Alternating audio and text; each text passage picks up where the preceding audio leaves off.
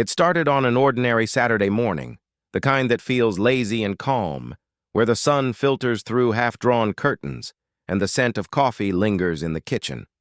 I remember standing by the window, feeling grateful that I had finally found a peaceful neighborhood after years of apartment living. The cul-de-sac was quiet, neat rows of homes lined with trimmed hedges and mailboxes that gleamed from regular polishing.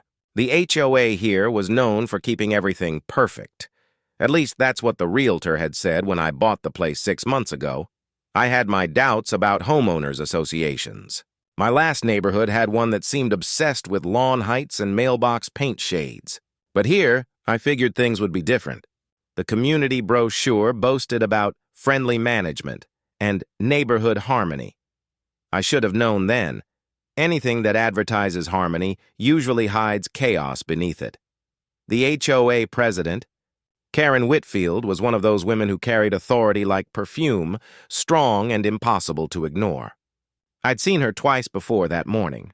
Once when I moved in, and again when she stopped by to remind me that my garbage bins should be placed behind the fence, not visible from the street. Her tone had been sweet but cutting, like she was doing me a favor by correcting me. Still, I tried to stay polite. After all, I didn't want to start my life here with conflict. That morning, I was out in the yard, trimming a few rose bushes by the porch, when I noticed movement next door. Karen's teenage son, Brandon, was lounging on their front steps, his earbuds dangling around his neck, a half-eaten bag of chips beside him. He couldn't have been more than 17, tall and broad-shouldered, with the kind of arrogance that's born, not learned. Every time I saw him, he had that same smug expression, like he owned the street. The first real sign of trouble came around noon. I had gone inside to grab lunch and heard a faint knock, or what I thought was one. When I opened the front door, there was no one there. I shrugged it off, assuming it was a delivery driver who'd left a package. But when I stepped outside again, something strange caught my eye. My backyard gate, the one that always stayed latched, was wide open. My heart sank a little. I walked around scanning the yard. Nothing looked stolen or broken, but the sense of intrusion stuck with me. I made sure to close the gate and lock it this time, brushing off the unease. But the feeling wouldn't leave. There was something off, a faint disturbance in what had always been a calm place. The next day, that feeling turned into proof. When I came home from running errands that afternoon, I noticed my living room window slightly open. I never left windows open when I wasn't home, especially on the ground floor. A prickling chill ran up my spine as I stepped inside. The air smelled faintly of cologne, not mine. My TV remote was on the floor, and a soda can sat half-crushed on the coffee table. My couch cushion was out of place, like someone had been sitting there. Panic set in. I ran through the house, bedroom, bathroom, kitchen, checking every corner. Nothing appeared stolen, but it was clear someone had been inside. I called the police immediately. While waiting, I saw Karen walking her dog past my driveway. I waved her down, telling her what had happened. She gave me that same practiced smile, sympathetic but dismissive. She said things like, "This neighborhood is very safe," and "You probably just forgot to lock up." Then, she subtly reminded me that the HOA didn't allow unwarranted police calls that might disturb the community's image. That last line stuck with me. The community's image? I wasn't thinking about image. Someone had trespassed into my home. When the officers arrived, they took a report, dusted for prints, and said they'd keep an eye out. But the next part caught me off guard. One of them looked at the soda can and frowned. He pointed to the brand, an energy drink that teenagers seemed to love, and said they'd seen a few recent incidents of local teens wandering into unlocked houses. Pranks mostly. I assured them my house had been locked. They said they'd investigate but didn't sound too hopeful. That night, sleep refused to come. I kept replaying it in my mind. The open window, the misplaced items, the strange cologne. It didn't feel like a random prank. It felt personal.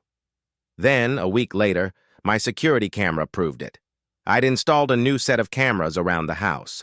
Motion sensors, night vision, the works. I didn't tell anyone in the neighborhood, not even my closest neighbor, just in case. It was around 4 p.m. on a Tuesday when I got the alert on my phone. Motion detected inside my house. I was still at work, about 20 minutes away.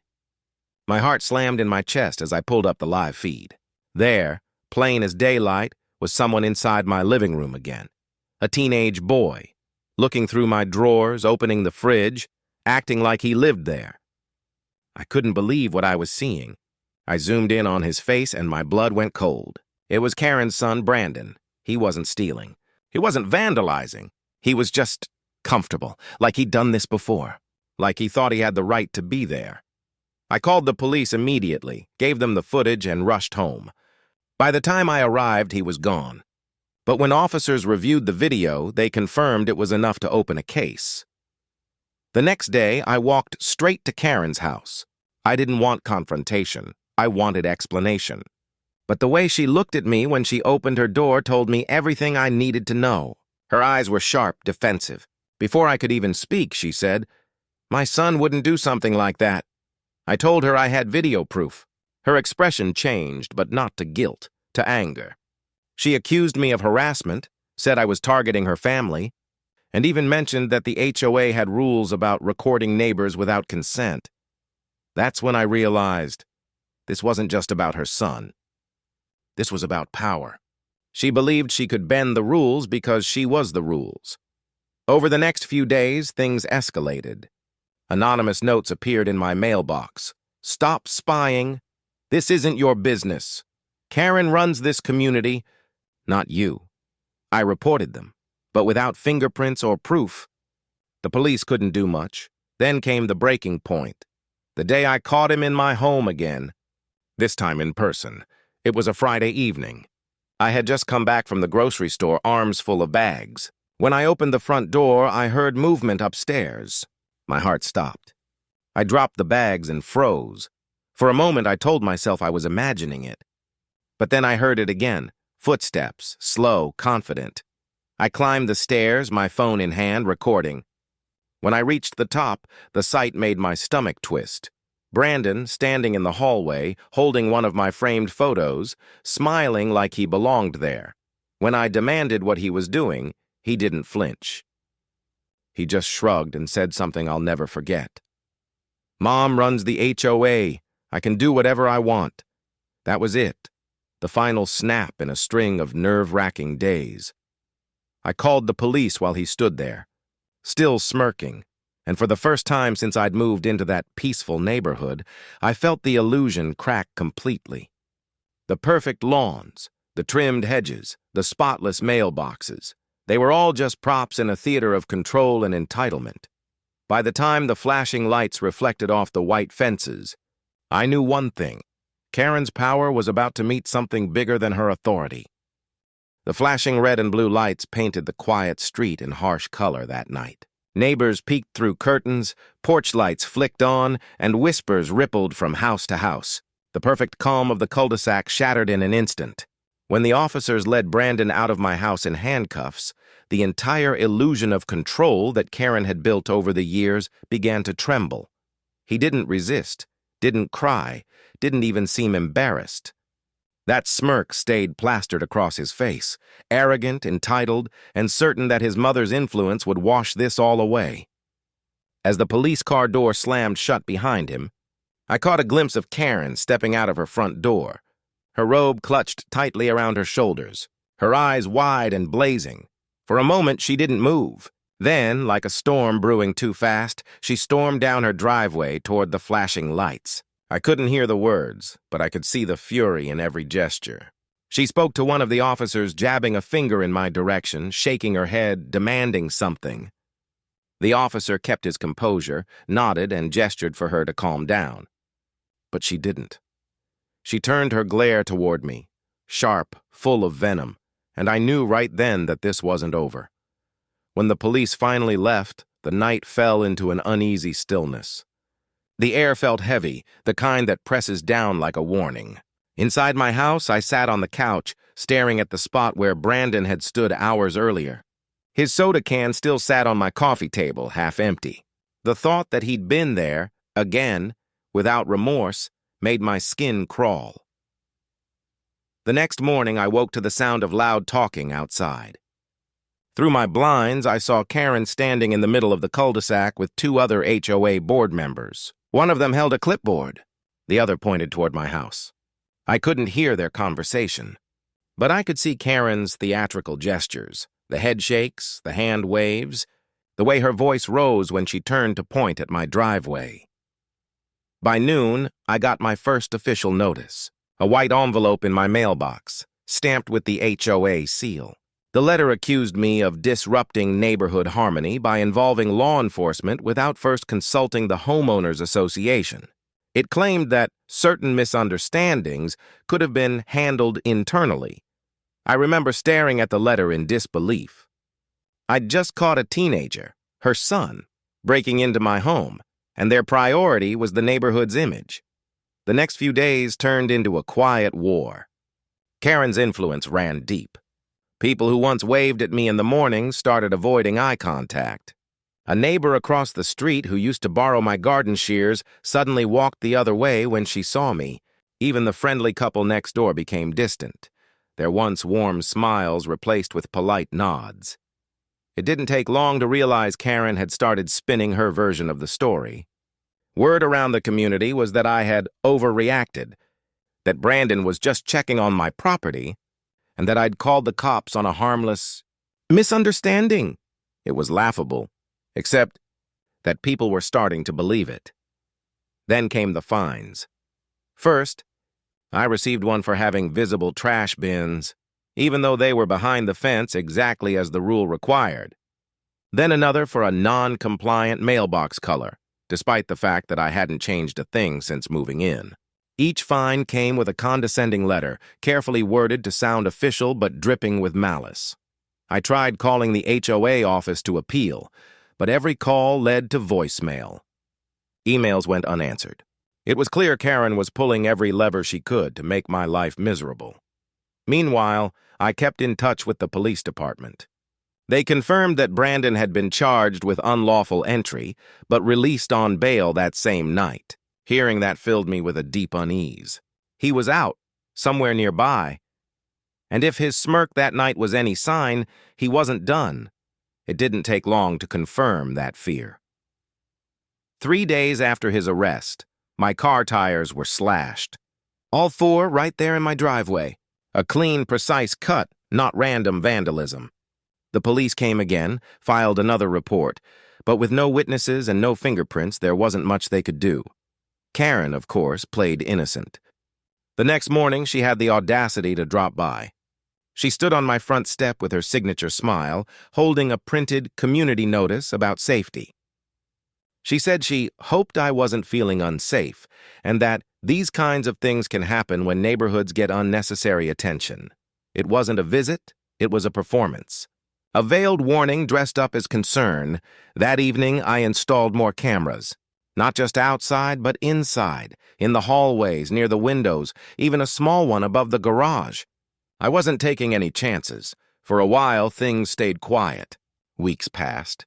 I began to breathe easier, thinking maybe the whole mess was over. Maybe Karen had realized she couldn't intimidate me forever. Maybe her son had finally been scared straight. But I should have known better. One evening, while reviewing footage on my phone, a routine I'd gotten used to, I noticed something strange. The timestamp on one of the outdoor cameras flickered. The feed cut out for 5 minutes and then resumed. I replayed it twice, trying to figure out what caused it. Then, on closer inspection, I saw the faint outline of a shadow near my side gate, the same gate that had been left open that first week. It was a person, standing perfectly still, watching. My pulse quickened. I zoomed in as much as the footage allowed. The figure wore a hoodie, but the stance, that lazy, arrogant slouch, looked familiar. The police were called again. They reviewed the footage, but without a clear face, they couldn't confirm anything. Still, the officer assigned to my case, the same one who had responded to the initial break-in, told me privately that they were keeping a close eye on the Whitfield family. Brandon had apparently been caught trespassing before, but his mother always managed to smooth things over. That's when I realized this wasn't about me anymore. Karen's influence didn't just control the HOA. It protected her family, insulated them from consequences, and weaponized the community against anyone who stood in their way. The police could only do so much. So I started documenting everything. Every fine, every note, every suspicious occurrence. I built a folder on my computer labeled HOA harassment. Each file was time-stamped with photos and scanned copies of letters. I wasn't sure yet what I'd do with it, but I had a feeling I'd need it someday. Then one morning, I woke to a noise that froze my blood, the sound of my front door handle jiggling. It was early, just before sunrise. I slipped out of bed, heart pounding, grabbed my phone, and crept to the hallway. Through the peephole, I saw the faint outline of someone at the door trying the knob. When I flipped on the porch light, the figure jumped back, and for a split second, I saw his face. Brandon. Again. I yelled that I was calling the cops, and he bolted. The footage was clear this time. His hoodie, his sneakers, even his face visible in the camera's night mode. That was the moment I decided I wasn't going to just defend myself anymore. I was going to expose them, all of them. By the time the police came, I'd already emailed the footage to every contact I had, including the local news station. Because if Karen thought her power made her untouchable, she was about to learn what it feels like when the spotlight turns her way. The morning after I sent the footage to the news station, I felt a strange mix of fear and relief. Fear, because I knew Karen wouldn't take this humiliation quietly. Relief, because for the first time, I wasn't hiding anymore. The truth was out there, and she couldn't control it. The story didn't air immediately. News outlets move slowly when it comes to neighborhood drama, even when it involves criminal trespass and abuse of HOA power. But that didn't stop word from spreading. Someone somewhere leaked what I had done, and by the next day I became the neighborhood's public enemy #1. It started small. A few cold stares when I drove down the street, a couple of neighbors turning away mid-wave. Then came the whispers. People talking in clusters outside their homes, glancing toward my property as if I'd brought a plague to their perfect community. The tension was so thick it almost hummed in the air. That evening I found another envelope in my mailbox. Not an official HOA notice this time, just a plain white envelope with no return address. Inside, a single printed line. "You don't belong here." No signature, no explanation. Just that. I remember sitting on my front porch staring at the note as the sky dimmed to orange. Somewhere down the street, Karen's voice carried through the still air. She was talking to a group of residents, her tone calm, convincing, almost rehearsed. I couldn't make out the words, but I didn't need to. I knew what she was doing. Rewriting the story. In her version, I was the problem. The outsider who didn't understand the community's culture. The homeowner who blew things out of proportion and harassed a teenage boy over nothing. It was the perfect narrative for someone like her. All about image. All about control. Over the next few days, the hostility grew teeth. Someone started leaving my garbage bins knocked over. My lawn sprinklers were tampered with, flooding one side of the yard and drying out the other. One morning, I found my house number sign unscrewed and lying face down in the grass. When I tried to report these acts to the HOA office, the emails bounced back. The automated response said I was temporarily restricted from filing. Community maintenance requests pending. Review of recent conduct. It was surreal.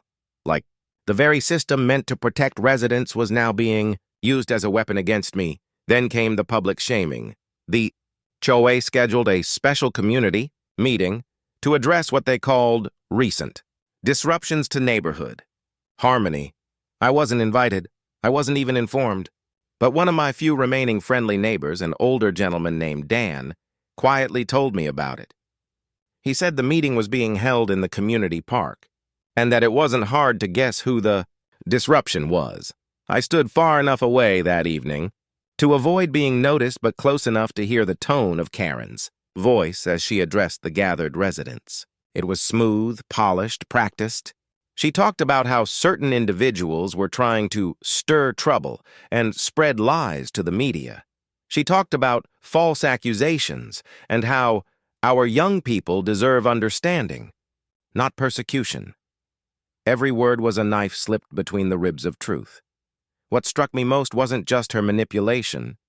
It was how easily people believed it. Heads nodded. People murmured in agreement. Only a few looked uncertain.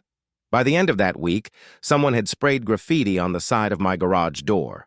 Crude words, bright red paint. It was cleaned by morning, though not by me. The HOA sent a cleanup crew without asking, and I later received an invoice for property restoration fees. They were cleaning their image, not my wall. Then the news broke. The local station ran a short segment one Thursday evening, tucked between traffic updates and weather forecasts. It wasn't long, but it was enough. They showed a still frame of the footage, Brandon inside my house, and mentioned that the suspect was related to the president of the local HOA, which was under scrutiny for possible misuse of authority. The fallout was immediate. Karen's pristine control started cracking around the edges. Rumors spread that the HOA board was investigating her leadership. The same people who'd been gossiping on her porch a week earlier now avoided being seen with her. I thought for a brief, hopeful moment that the tide might be turning. But Karen wasn't the type to crumble. She was the type to retaliate. 2 days later, I received a thick packet in the mail, marked, "Notice of Violation, Urgent Response Required." Inside was a list of supposed infractions, unauthorized modifications to my property, the cameras, landscaping violations, improper fence height, even unapproved exterior lighting. Each fine was outrageous. Combined, they totaled more than what some people paid in property taxes. It was so blatant it would have been laughable if it didn't feel so threatening.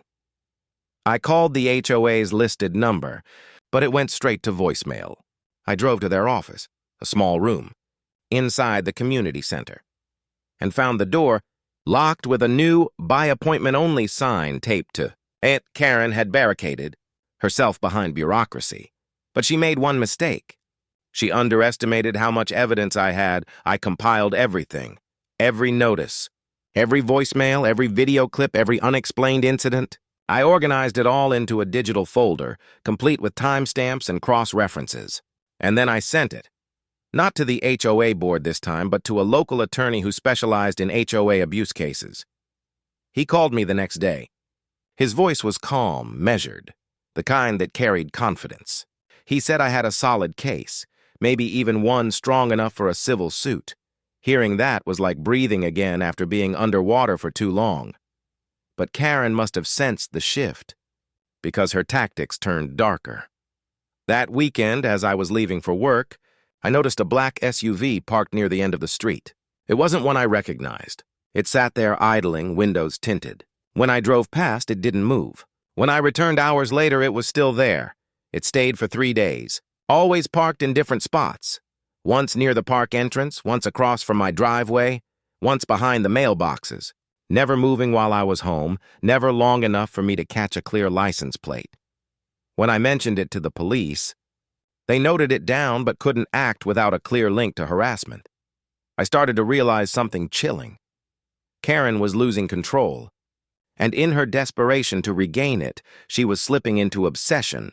She had built her identity around this community, around being the one in charge, the one everyone feared or respected. And now that her authority was being questioned, she was unraveling. The night before the HOA's next monthly meeting, I received another note. Slipped under my door this time. You should have kept quiet. No signature. Just those words. I didn't sleep that night. Every creak of the house sounded like footsteps. Every flicker of the security monitor made my pulse spike. When dawn finally broke, I stood by the window, watching the sun rise over a neighborhood that had turned from peaceful to poisonous. I knew that meeting would be her last stand, and I was ready for it, because I wasn't just going to defend myself anymore.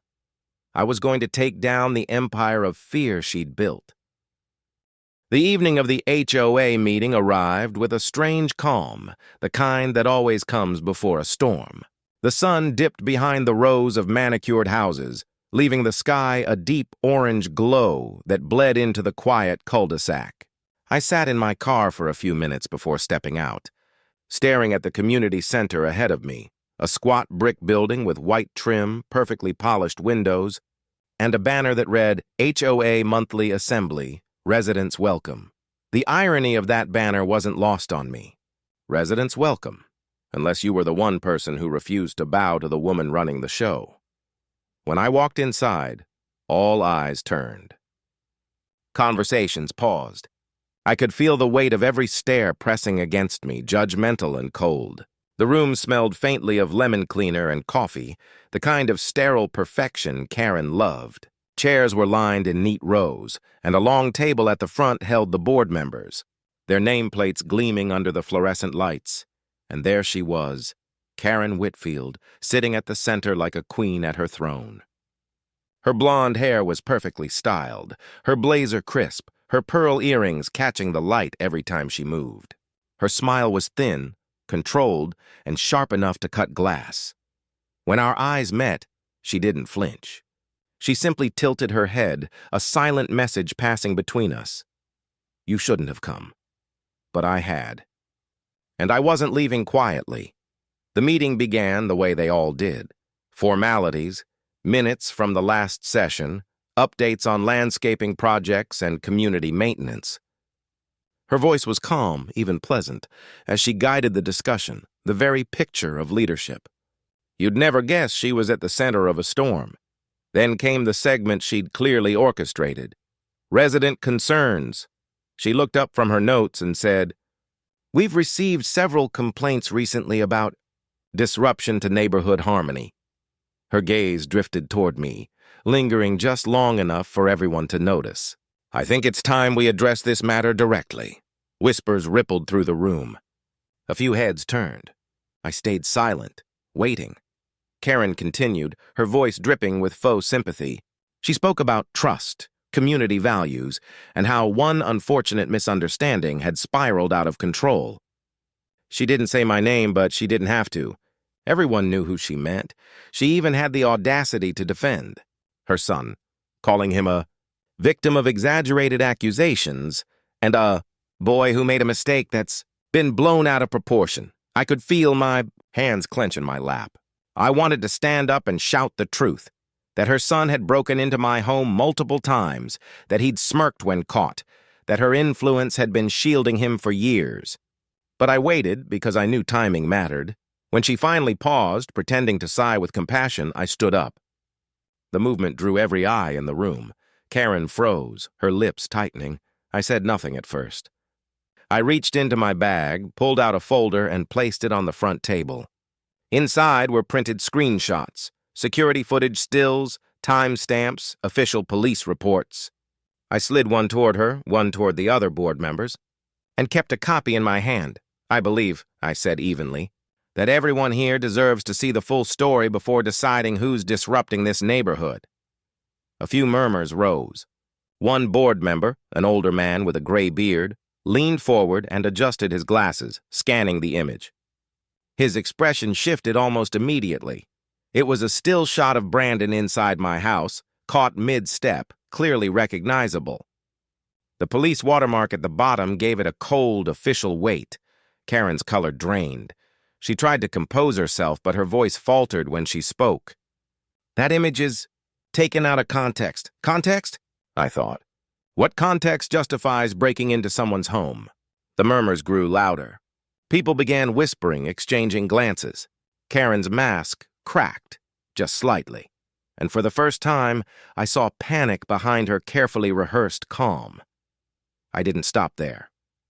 I handed out copies of the HOA fines, the fabricated violations, the timestamps that showed they were issued after her son's arrest. Then, the printed screenshots of the threatening notes and the graffiti. Finally, I produced an email from the attorney, confirming a pending investigation into HOA misconduct. It was like dropping matches one by one into a pool of gasoline. The room erupted. People who had been silent for weeks suddenly found their voices. Some demanded explanations. Others turned on Karen directly, asking if it was true. She tried to answer, but her confidence was gone. Her hands shook as she flipped through the papers, her voice rising, her carefully controlled demeanor slipping further with every word. And then, as if she couldn't bear the pressure, she lashed out. She pointed at me and said, "This person is trying to destroy everything we've built here." They're manipulating you, using fake evidence, harassing my family, but she never finished the sentence, because right then the door at the back of the hall opened, and two uniformed police officers stepped inside. The room went silent. They walked straight to the front. One officer addressed Karen directly, his tone professional but firm. "Mrs. Whitfield, we need you to come with us." Her jaw dropped. "What? On what grounds?" He didn't raise his voice. "You've been named in an ongoing investigation for obstruction and harassment related to HOA misconduct. You're not under arrest at this time, but we need you to come down to the station for questioning." It was as if time slowed. The queen of the HOA, the woman who had ruled every fence height and mailbox color, stood frozen as whispers rippled through her loyal subjects. She tried to protest, to call it a misunderstanding, but the officers stayed firm. They escorted her out of the building, her heels clicking sharply on the tile floor. When the door closed behind her, the silence was deafening. No one knew what to say. Some people avoided looking at me. Others looked ashamed, realizing they'd believed her lies. The gray-bearded board member finally cleared his throat and spoke. "We'll adjourn this meeting until further notice." His voice was quiet but steady. "There are things we need to review." As people began to leave, a few stopped to speak to me. Some apologized. Some just nodded, too embarrassed to form words. And for the first time in months, I felt something close to relief. That night, I went home to a street that felt different. The air was still, but the weight was gone. The whispers had stopped. The perfect facade of the neighborhood had cracked wide open. When I sat on my porch, I looked across the street at Karen's house, the curtains drawn, the porch light off. The empire she'd built had fallen silent. I thought it was over, but it wasn't, because power like hers doesn't disappear quietly. It fights back, even in its last breath. 2 days later, I found out that Brandon had gone missing. His car was gone. His phone was turned off. The last place anyone had seen him was the neighborhood, late at night near my house. And just like that, the story that had seemed to end with justice took a darker turn. The news of Brandon's disappearance spread through the neighborhood like wildfire. It started as whispers over fences, quiet speculation between passing cars, but within 24 hours, it became the only thing anyone talked about. Every porch light burned later than usual that week. Curtains twitched as people peeked outside, as if expecting him to reappear in the middle of the night. For the first time since I'd moved into that pristine cul-de-sac, the fear wasn't directed at me. It was everywhere, in every glance, every hurried conversation, every nervous smile. The same people who once worshipped Karen now looked lost without her. And beneath their confusion, there was something else: guilt. It had been 3 days since the HOA meeting, 3 days since Karen was taken in for questioning. I hadn't seen her since that night. Her house sat dark and silent, her car still parked in the driveway, the front garden unwatered for the first time in years. The once perfect home, with its manicured hedges and freshly swept porch, now looked abandoned, a hollow shell of control. But her son's disappearance changed everything. On the morning I first heard, I stepped outside to find 2 police cruisers idling near the entrance to the neighborhood. Officers were speaking with a few residents, showing pictures of Brandon, asking questions. When I approached, one of the officers I recognized, the same one who'd handled my case, gave me a brief nod but said little. His expression told me enough. This wasn't a routine check-in. Something was wrong. By noon, word spread that Brandon's car had been found. It was parked a few blocks away near the edge of the nearby woods that bordered the community. The keys were still in the ignition. The doors unlocked. But there was no sign of him. The police cordoned off the area and began a search. Helicopters flew overhead that evening, their searchlights cutting through the dark treetops. Neighbors gathered near the cul-de-sac entrance, whispering theories. Some said he'd run away to avoid more trouble. Others claimed foul play, and then inevitably the rumor started that I had something to do with it. At first, it was subtle. A cold look from someone walking their dog. A car slowing when passing my driveway. Then came the comments, veiled at first but sharper with each day. I heard one woman say, "She pushed too far," as I passed by on the sidewalk. Another muttered, Funny how people disappear after crossing her. I tried to ignore it. But paranoia is contagious. Once a lie starts to grow, it spreads roots you can't see. By the end of the week, the news picked up the story again. Local teen missing, connection to HOA controversy. The headline was vague, careful not to accuse, but the damage was done. My name wasn't mentioned, but anyone who'd seen the earlier report could put the pieces together. That night, someone threw eggs at my garage door. The splatters dripped down the white paint, sticky and slow. I cleaned them off in silence, hands trembling. I didn't call the police. I was tired of reports that led nowhere. The next morning, I found a dead plant on my porch, one of my own, uprooted and left there like a warning. The neighborhood was turning on itself. People who had once stood united under Karen's rule were now divided. Some blamed her for everything, her son's actions, the corruption, the scandal. Others still clung to loyalty, believing she was a victim of a smear campaign. The air buzzed with tension. It wasn't long before Karen herself returned. It was a gray afternoon when I saw her again. She stepped out of a police vehicle parked in her driveway, her posture still proud, but her face drawn and tired. She didn't look like the same woman who had ruled the HOA meetings with sharp authority. There was a heaviness in her movements, a brittleness in her expression. She stood in front of her house for a long time, staring at the front door, as if unsure whether she even belonged there anymore. Then slowly she turned her head toward my property. Our eyes met across the street. Her expression was unreadable, not anger, not sorrow, but something more complex. It felt like accusation and desperation tangled together. I went inside, closed my blinds, and locked the door. That evening she came knocking. The sound was sharp, rhythmic, impatient. I didn't answer. The knocking continued, 3 times, then silence, then 3 times again. I stood frozen, staring at the door, waiting for it to stop. When it finally did, I exhaled and waited another few seconds before looking out through the peephole. She was still there, standing perfectly still on my porch, eyes fixed forward. When I didn't open, she spoke, not loudly, just enough for me to hear through the door. "You ruined my life." Then she walked away. Her words stayed with me all night. Not because they scared me, but because of the tone, low, broken, trembling.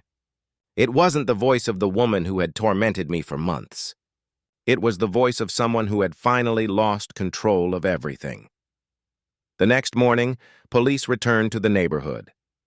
They were searching again, expanding their perimeter deeper into the woods. By noon, they found something, a backpack. It was Brandon's. Inside were his wallet, a phone charger, and a torn piece of paper. The words were smudged by dirt and rain, but one sentence stood out clearly. "I can't live here anymore." The community erupted. People gathered in small clusters, speculating, grieving, arguing. Some were convinced he'd run away. Others believed something darker had happened. Karen, meanwhile, stayed inside her house. Her curtains remained drawn, her porch light off. She didn't come out again. The official search continued for days, but no further clues appeared. Eventually, the police scaled back their efforts. The news cycle moved on, and the neighborhood tried to resume normal life, but it never really did. The HOA called an emergency election for new leadership. Karen was removed as president, quietly and unanimously. The board cited ethical misconduct and failure to uphold community trust. Her name was removed from all future correspondence, as though erasing it would erase the chaos she'd caused. But peace didn't return. Even without her, the neighborhood felt poisoned. People avoided each other. The once lively park stood empty. Houses that had looked perfect now seemed cold and haunted. The silence was different now. Not peaceful, but heavy, like the aftermath of something that couldn't be undone. As for me, I kept to myself.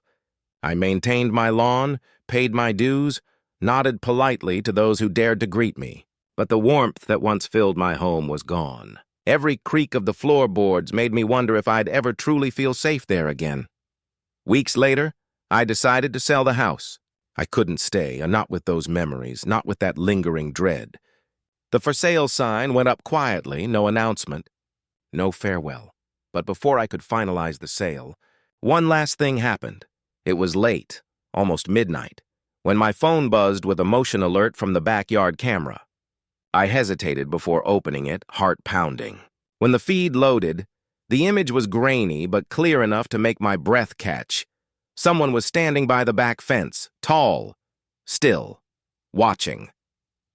For a long moment, the figure didn't move.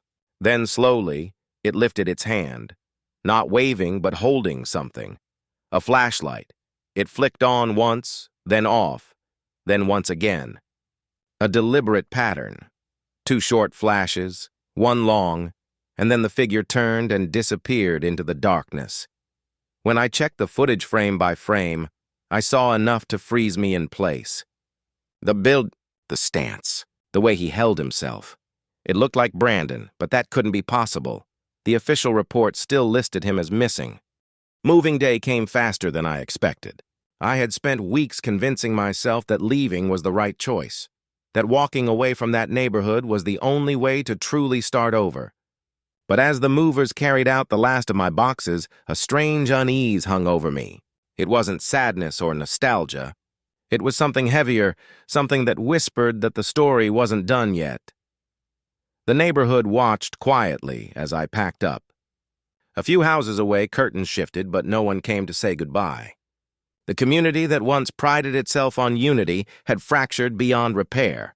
The streets felt abandoned, the lawns unkempt, the echo of Karen's rain still lingering in the air like smoke after a fire. Karen's house remained dark. She hadn't been seen in weeks. Rumor had it she'd been evicted. Others said she left in the middle of the night. No one knew for sure. The HOA board never spoke her name again. It was as though she'd been erased, just another ghost haunting the cul-de-sac. When the movers finished, I took one last walk through the house. Every step echoed. The walls were bare, the rooms hollow. Yet as I walked from one room to another, I couldn't shake the feeling that someone was watching me. It wasn't paranoia. It was instinct. That same gut-deep awareness I'd learned to trust over months of tension. When I reached the living room, I paused by the back window. The fence where I'd seen that figure, where I thought I'd seen Brandon, stood motionless in the morning light. The yard looked normal again, peaceful, ordinary. But that was the thing about that neighborhood. Nothing was ever truly ordinary. I locked up, handed the keys to the realtor, and drove away without looking back. The new house I moved into was miles away, in a different town. A quieter one with no HOA, no meetings, no committees dictating what shade of beige a garage door should be. It was small, modest, but it felt free. For the first few weeks, I slept easily for the first time in months. No knocks at the door. No mysterious noises at night, no gossip. Just peace. But one morning, an email arrived from my old home security company, the same one that had been connected to my outdoor cameras. I hadn't canceled the subscription yet, mostly because I hadn't remembered to. The message subject line was simple. Motion detected. Backyard, 2:13 a.m. My heart skipped. It had been nearly a month since I'd left. The house was still vacant, no new buyer yet. The power, though, was still on. Out of curiosity, or maybe dread, I opened the link to the footage. At first, there was nothing. Just the faint glow of the moon lighting up the overgrown yard. Then movement. A figure stepped into view from the shadows near the back fence. It was hard to make out clearly. Tall, lean, wearing dark clothes. He stood near the same spot as before, unmoving for several seconds. Then he crouched, his hands brushing the ground, as if searching for something.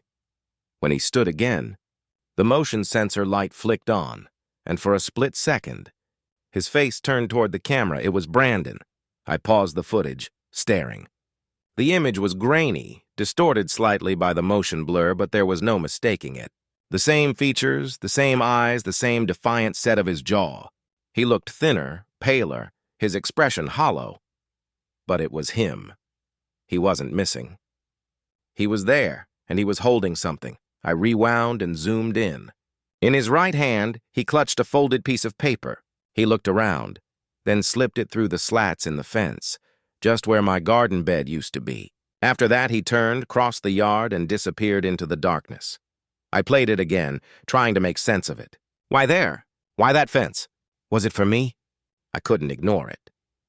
The next day, I called the realtor and asked if I could stop by the old property, just to check on something. She sounded hesitant, probably assuming I was struggling to let go. But she agreed to meet me there the next morning. When I arrived, the street was as quiet as ever. The for sale sign leaned slightly in the breeze. My house, or what used to be mine, looked even emptier now, the yard beginning to show signs of neglect. I walked around back, my shoes crunching on the gravel path. Everything looked the same, the fence, the flower beds, the patio. But when I reached the far corner, I saw it. Something white, half buried in dirt near the fence. I crouched down, heart hammering, and pulled it free. It was the paper, crumpled, smudged with mud, but still intact. I unfolded it slowly. The writing was messy, uneven, as if scribbled in haste. Only a few lines were legible. She won't stop until she gets what she wants. It wasn't supposed to go that far. Don't trust her. No name. No signature. Just those 3 sentences. A cold realization sank in. Brandon hadn't been running from punishment. He'd been running from someone, but who? For a moment, I thought maybe he meant his mother, Karen. But something about the tone felt different. Fearful, yes, but also protective, like he was trying to warn someone. Maybe me. Maybe anyone who'd find the note. I brought the paper to the police, though I doubted it would help. The officer listened politely, took the note, and said they'd add it to the file. I could tell from his tone they didn't expect much to come from it. The case was cold, the trail long gone. Still, that night, I couldn't shake the thought. If he was alive, why had he gone back there? And why risk leaving that message? I kept checking the cameras for days afterward. Nothing. Just stillness. The yard remained empty, the motion sensors silent. Then one evening, another alert came through, 3:07 a.m. This time, when I opened the footage, it wasn't Brandon, it was her, Karen. She moved slowly, almost mechanically, her hair loose and disheveled. She was wearing the same floral robe she'd often worn during her HOA patrols. In her hand, she carried a flashlight and something else, something small and metallic. She stopped in the same spot where Brandon had been seen. She knelt. The light flickered over the dirt. Then she began digging. At first, I thought she was searching for the note, but after several seconds, she pulled something out of the ground. It glinted in the light, something square, metallic, and familiar. A phone. She stared at it for a long time, then lifted her head and looked straight at the camera. Not a glance. A stare. Her face was pale, her eyes hollow. And then she smiled. The footage ended there. I contacted the authorities again, showing them the recording, but they couldn't locate her. The house she once lived in had been emptied, her car gone, her phone disconnected. No one has seen her since. It's been months now. I've stopped checking the cameras, though sometimes I wake in the middle of the night certain that someone's outside. Every so often, an anonymous email arrives in my inbox. No subject, no message, just a single attachment, still frames from the camera footage. Sometimes it's Brandon. Sometimes it's Karen. Sometimes both, standing in the yard together, looking up at the window as if waiting for me to come back. I don't open them anymore. I delete them on sight, but even after I do, I can't shake the feeling that I'm still part of that place. That whatever began in that perfect suburban cul-de-sac didn't end when I drove away. Sometimes I dream about that fence. The flashlight flickering, the dirt shifting beneath the moonlight, and in those dreams I always wake just before hearing the knock, 3 times. Then silence.